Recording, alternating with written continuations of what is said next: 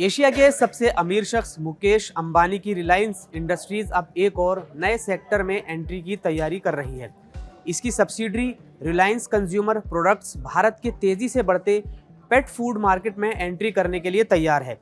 ये अपने प्रोडक्ट्स को Nestle, Mars, Godrej consumer products और इमामी जैसी प्रमुख कंपनियों के मुकाबले आधी कीमत पर पेश कर सकती है। रिलायंस ने डिस्ट्रीब्यूटर्स और ट्रेडर चैनल से कहा है कि वह अपने ब्रांड की कीमत मौजूदा कंपनियों के मुकाबले 20 से 50% कम रख रही है।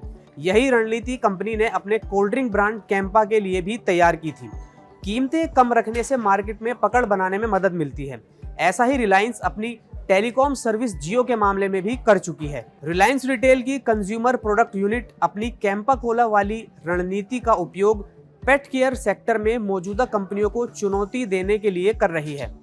एक रिपोर्ट के अनुसार पालतू पशु आहार जनरल ट्रेड और टियर 2 केंद्रों में अर्धशहरी दुकानों पर उपलब्ध कराए जाएंगे। रेडसीर स्ट्रेटेजी कंसल्टेंट्स की एक हालिया रिपोर्ट के अनुसार भारत का पेट केयर मार्केट 2028 तक दोगुना होकर $7 अरब का हो जाएगा, जो इस समय करीब $3.5 अरब के आसपास का है।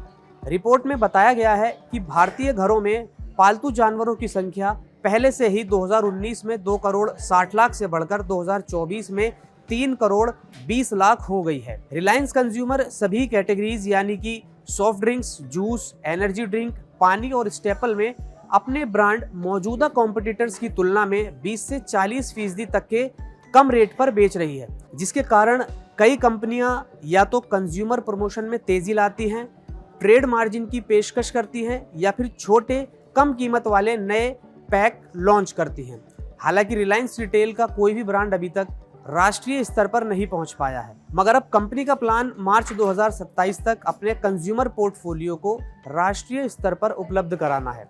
रिलायंस कंज्यूमर 60 करोड़ आम कंज्यूमर्स पर ध्यान केंद्रित करने और घर के करीब वाले स्टोर्स को आज की लागत पर मार्जिन देकर उनके साथ मिलकर काम करने की रणनीति पर काम कर रही है।